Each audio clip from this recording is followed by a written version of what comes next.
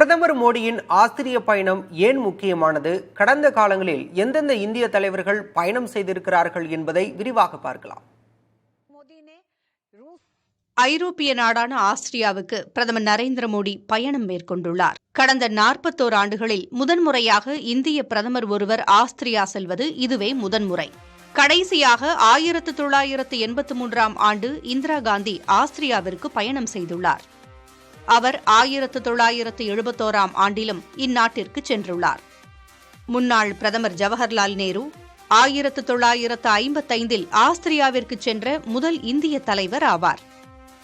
November 1999இல் அப்போதைய குடியரசுத் தலைவர் KR நாராயணன் ஆஸ்திரியாவிற்கு அரசுமுறை பயணம் மேற்கொண்டார்.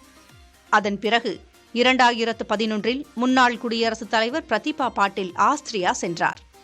இந்தியா ஆஸ்திரியா உறவானது 75 ஆண்டுகளாக நல்லுறவுடன் இருந்து வருகிறது. 1947இல் இந்தியாவின் சுதந்திரத்தை ஆஸ்திரியா அங்கீகரித்தது. இரு நாடுகளும் 1949இல் ராஜதந்திர உறவுகளை ஏற்படுத்தின. இதன் மூலம் இரு நாடுகளும் பரஸ்பரம் தலைநகரங்களில் தூதரகங்களை கொண்டுள்ளன.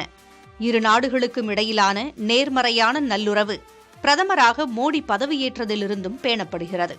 முதன்முறையாக 2017ஆம் ஆண்டு ஜூன் 2ஆம் தேதி செயின்ட் பீட்டர்ஸ்பர்க்கில் சர்வதேச பொருளாதார மன்றத்தில் பங்கேற்றபோது ஆஸ்திரிய அதிபர் கிறிஸ்டியன் கர்னுடன் இருதரப்பு சந்திப்பை நடத்தினார்.